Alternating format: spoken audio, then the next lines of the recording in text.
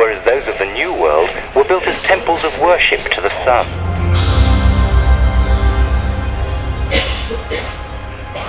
In 1947, this argument also became invalid when it was discovered that the Palenque pyramid in Mexico had a hidden burial chamber in which a sun king was buried. He was found in a stone sarcophagus with a mummy mask, just like in Egypt.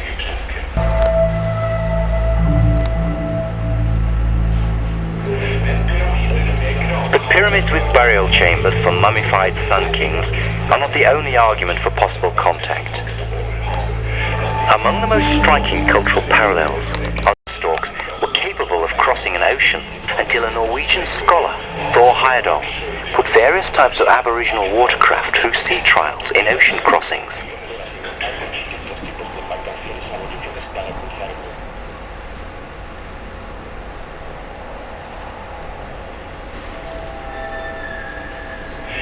In 1937, Thor Heyerdahl left the University of Oslo to spend a year of research in the Marquesas Islands.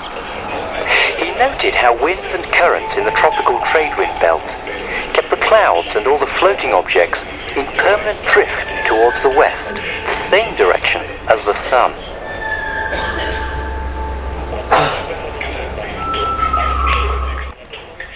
At this time, it was unanimously claimed that no Aboriginal American vessel was capable of carrying people and plants for cultivation across the ocean.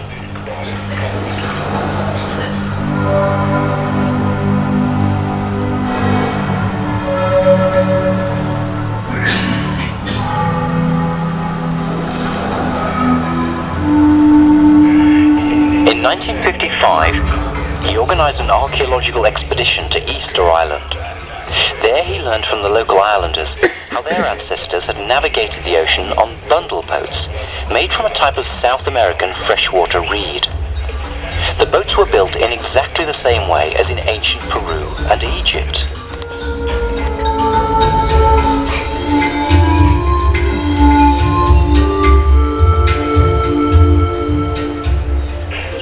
The Guanche were Stone Age people of mixed origins, but must have received some influences even from culturally advanced voyagers from the neighbouring coasts of Africa.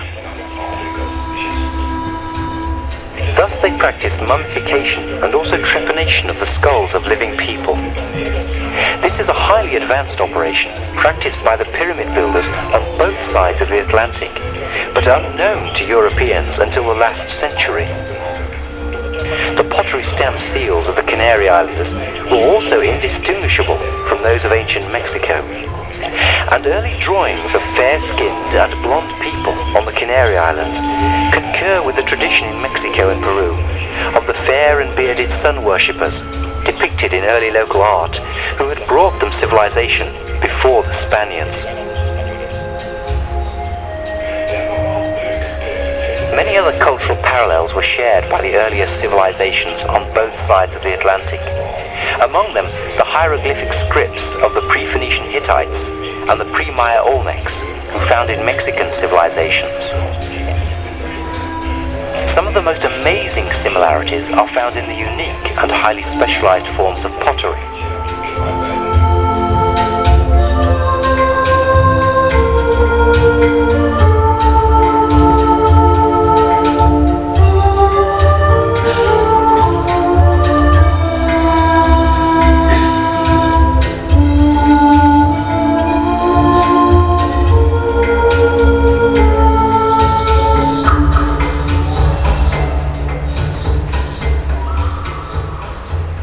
Local newspaper with a photo of a stone structure that brought Thor Heyerdahl back to Tenerife.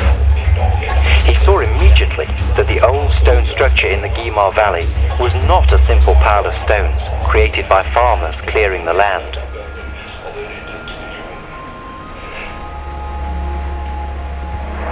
When I came here the first time, I was struck by the pyramids, but even more so by the platform between them, which was exactly like the ceremonial plazas on the pyramids in Mexico and Peru.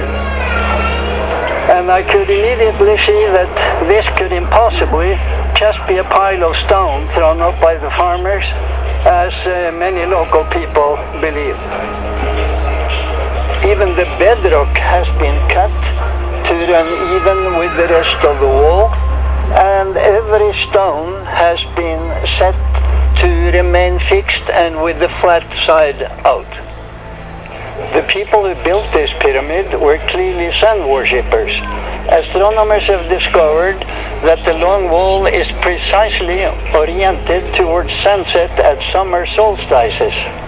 Ceremonial pyramids always have a ramp or stairways from the east side going up to the top.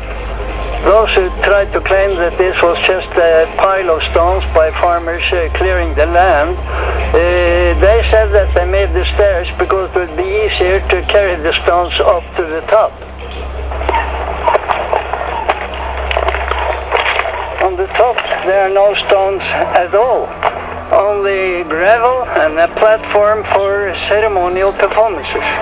Farmers would never cut the cornerstones when they pile up stones from the field.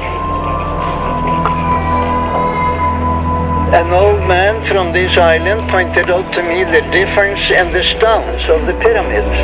They, he said, have been cut from the volcanic lava flow and carried here.